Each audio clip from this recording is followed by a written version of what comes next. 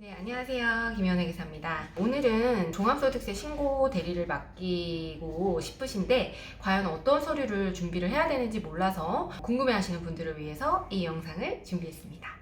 먼저 저희가 신고대리 신청서라고 하는 거를 보내드릴 건데요. 그때 준비를 해주셔야 되는 서류를 차근차근 제가 설명을 드려볼게요. 일단 제가 필수적으로 알아야 되는 서류가 있습니다.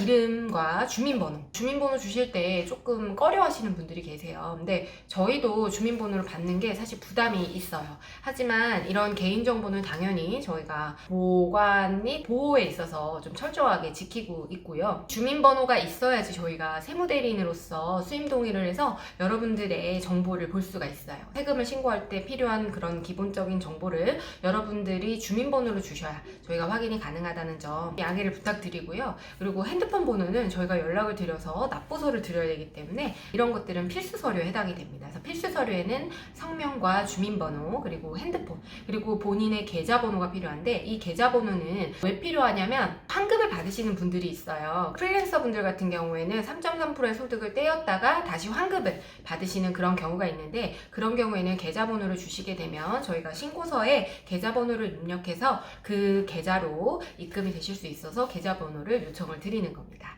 그리고 만약에 사업자 등록증이 있으시다면 사무명과 사업자 등록번호를 요청을 드리는데요. 만약에 프리랜서 분들이거나 복수의 근로소득을 합산한다거나 이런 경우에는 저희한테 별도로 주시지 않아도 되고요. 사업자 등록증이 있는 사업장이 있는 사업자 분들만 상호명과 사업자 등록번호를 기재해 주시고 이게 조금 번거로우시다고 하면 사업자 등록증을 보내주셔도 됩니다. 종합소득세 신고를 위해서는 여러분들의 홈택스 아이디와 패스워드가 필요해요. 그래서 아이디 패스워드로 저희가 로그인을 해서 수임 동의 등을 진행하기 때문에 홈택스 아이디 패스워드가 필요합니다. 그리고 종합소득세 신고를 하시면서 만약에 대출을 받으실 예정이라고 하시면 사실은 좀 소득 금액을 높게 설정을 하셔야 되는데 그럼 이거는 뭔가 잘못된 신고 방법 아니냐라고 할 수 있는데요. 아무튼 내년에 종합소득세 신고 이후에 대출이 예정되신 분들은 종합소득 금액을 설정하는 데 있어서 좀 유의를 하셔야 되거든요. 비용이 있더라도 일부러 빼기도 하고 그렇게 신고를 하게 됩니다.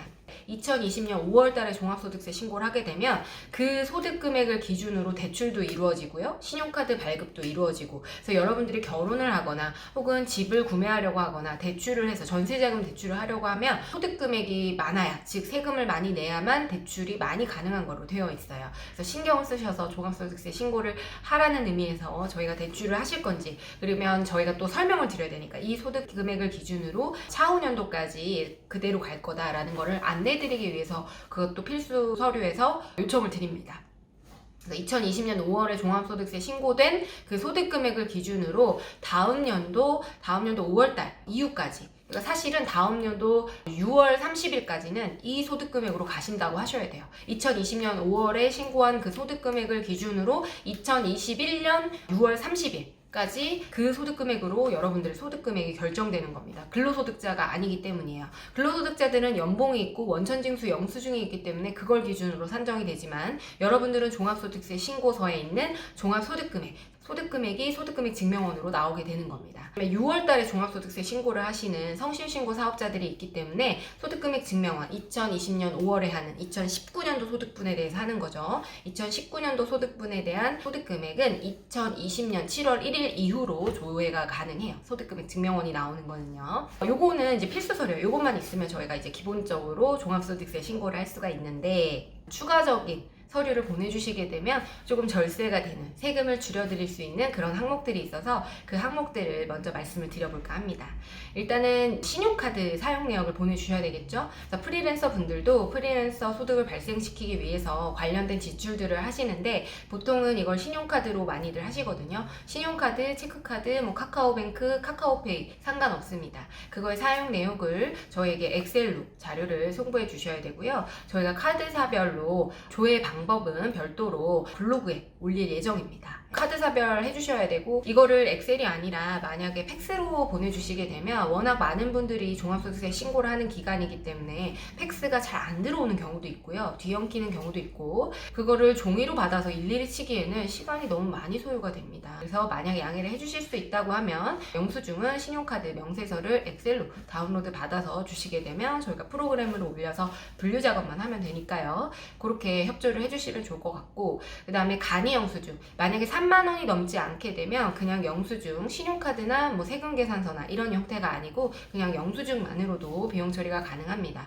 이런 서류들을 모아서 주시면 되겠습니다. 명함이나 예를 들어 매달 받는 생수통이나 이런 것들이겠죠. 택배비 같은 것들. 그 다음에 월세를 혹시 송금을 하는데 월세가 세금계산서 발행이 안 되고 임대인이 간이가세자라서 세금계산서 발행을 해줄 수가 없는 경우가 있어요.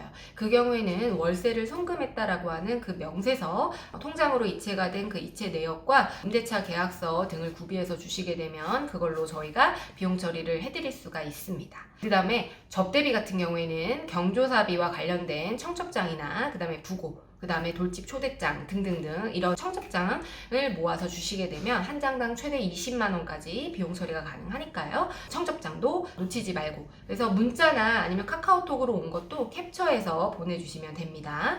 그 다음에 보험 같은 경우에는 보험료는 우리가 차량 보험료가 있겠죠. 그래서 우리가 프리랜서 분들 혹은 사업자 분들, 그래서 운전해서 영업을 하실 때 차량 보험을 가입을 하시잖아요. 그럼 그 차량 보험료 납입 내역서를 보험사 홈페이지에 가보시면 납입 내역서, 납부증명서를 출력을 하실 수 있고요. 보험사에 전화를 하셔도 팩스로 보내주기도 합니다. 그래서 그 내역을 보내주시면 그것도 비용 처리가 가능하고요. 또 사업장이 있으신 분들은 그 사업장에 불나면 안 되니까 불나면 예비하는 차원에서 사업장에 화재보험료를 가입을 하는 경우가 있어요. 그러면 그 화재보험료 납입 내역서도 함께 보내주시면 좋을 것 같습니다.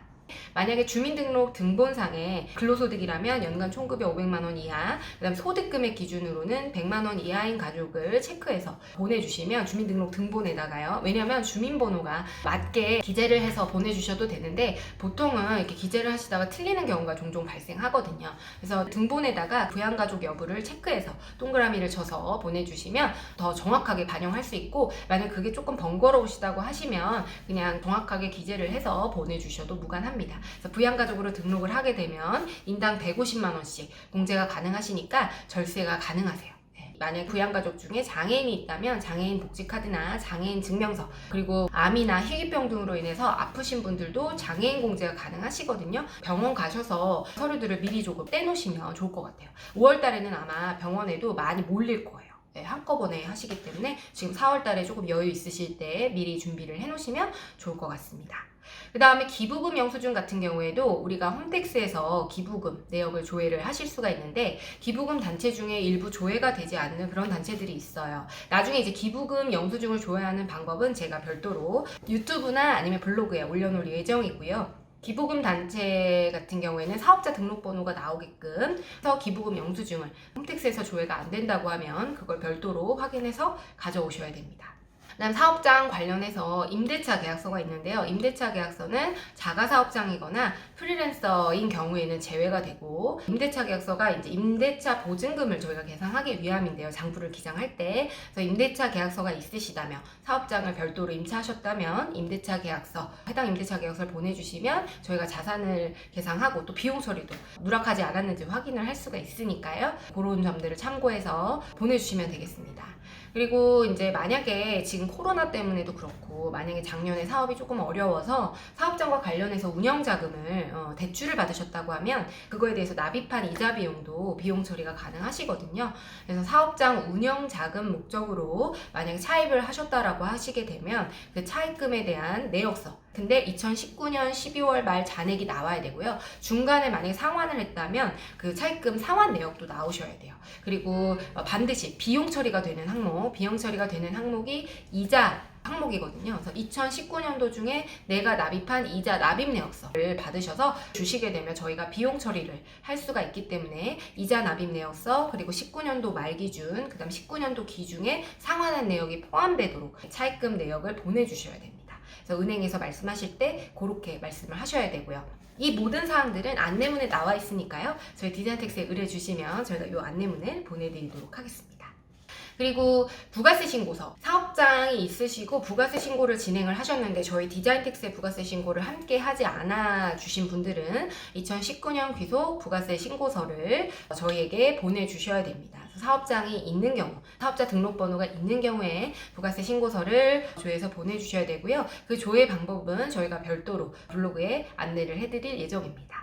그리고 근로소득 같은 경우에는 연말정산 간소화 자료, 그리고 실손의료보험금 이런 것들을 조회해서 전달을 하셔야 되는데, 근로소득과 이제 사업소득을 합산을 할 때 저희가 연말정산이 제대로 되었는지도 함께 검토를 하거든요. 그래서 근로소득은 우리가 연말정산 할 때처럼 연말정산 간소화 자료 PDF로 한 번에 내려받기를 해서 저희에게 보내주시면 내역이 제대로 반영되었는지 검토를 하고, 또 실손의료보험금을 대부분이 이제 따로 원래 빼셔야 되는데 안 빼신 경우가 많이 있더라고요. 그래서 실손의료보험금도 함께 조회해서 보내주셔야 됩니다. 해당 조회 방법도 저희가 별도로 블로그에 다시 올려놓을 예정이니까 참고를 하셨으면 좋겠습니다.